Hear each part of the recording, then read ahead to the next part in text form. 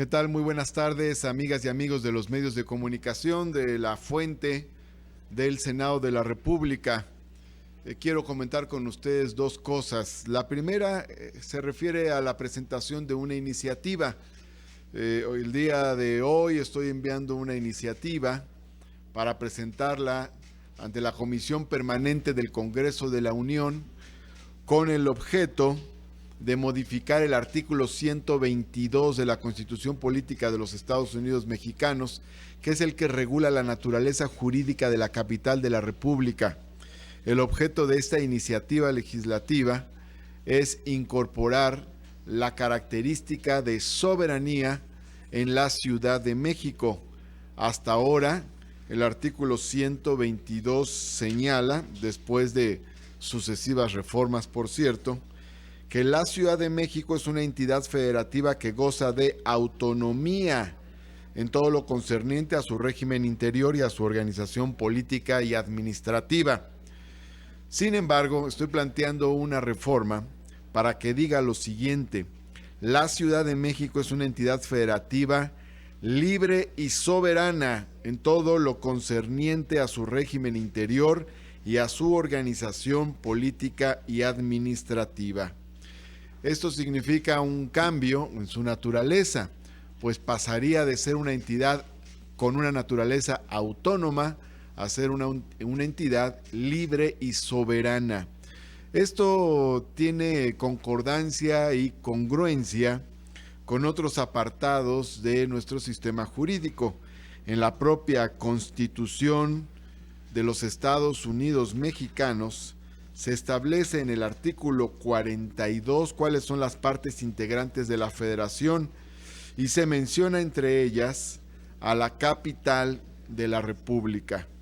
Es decir, que la Ciudad de México aparece en los artículos 42 y también el 43 como una parte integrante del pacto federal, es decir, como una parte pactante de nuestra federación, lo que significa que previamente a dicho pacto debió haber sido una entidad libre y soberana para poder realizar este pacto, igual que las otras entidades federativas que integran la República Mexicana. Pero también, por otro lado, en el artículo primero de la Constitución de la Ciudad de México se establece que la Ciudad de México es una entidad integrante de la Federación, sede de los poderes de la Unión y capital de los Estados Unidos Mexicanos. Y dice también: en la Ciudad de México la soberanía reside esencial y originalmente en el pueblo, es decir, el concepto de que la ciudad es soberana ya se encuentra en el artículo primero de la Constitución Política de la Ciudad de México.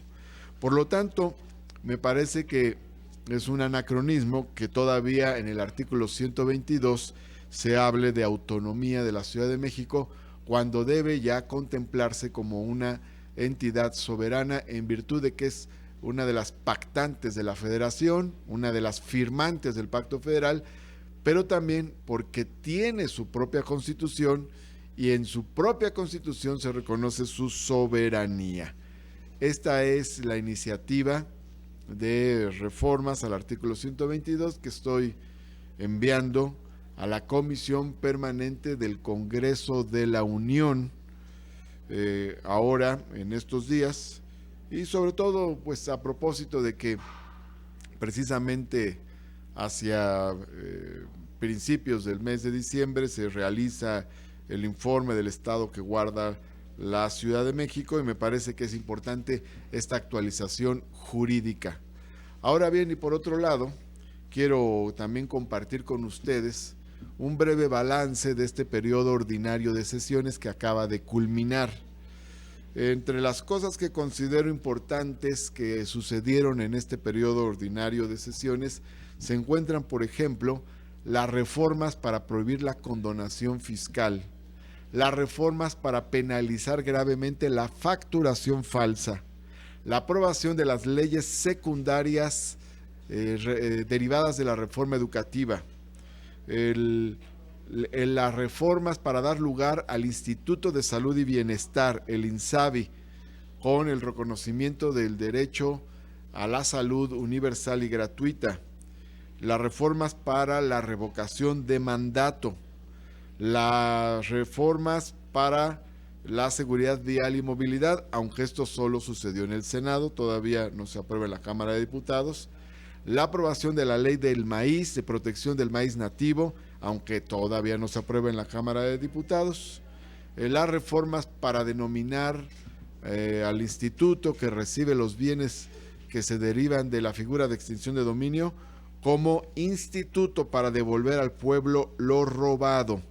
Y de igual manera la firma de el convenio 189 de la Organización Internacional del Trabajo y la firma del protocolo modificatorio del Tratado México-Estados Unidos-Canadá.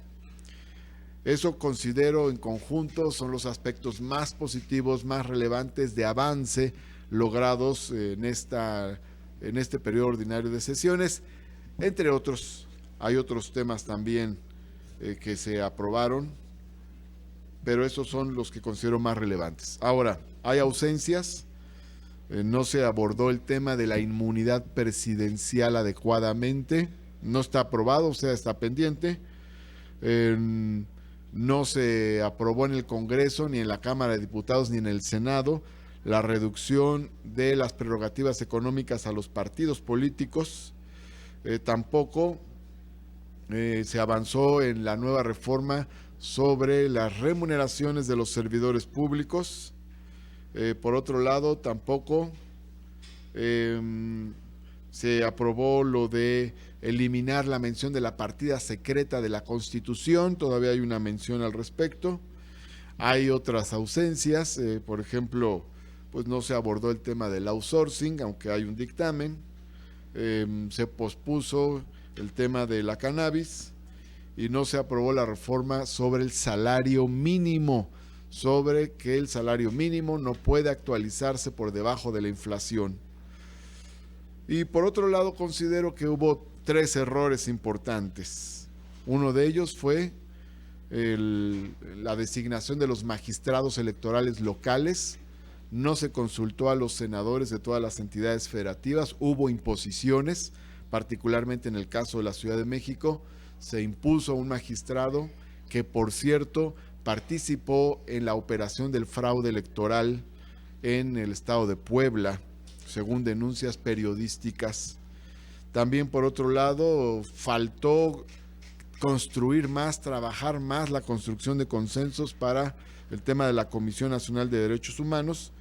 Y por otro lado, no se aprobó la minuta que envió la Cámara de Diputados, debió haberse aprobado, sobre el tema de la inmunidad presidencial, pues al aprobarse esa minuta, el tema ya estuviera resuelto, bien resuelto, y se hubiera enviado a los congresos locales con total certidumbre y el tema quedó en el aire. Entonces considero que son los 3 errores fundamentales que se cometieron, estos que menciono a lo largo del presente periodo ordinario de sesiones.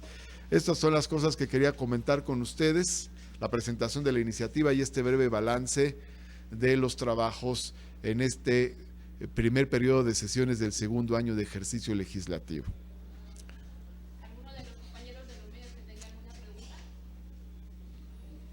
Parece que todo ha quedado muy claro. Muchas gracias, que tengan muy bonito día. Hasta pronto.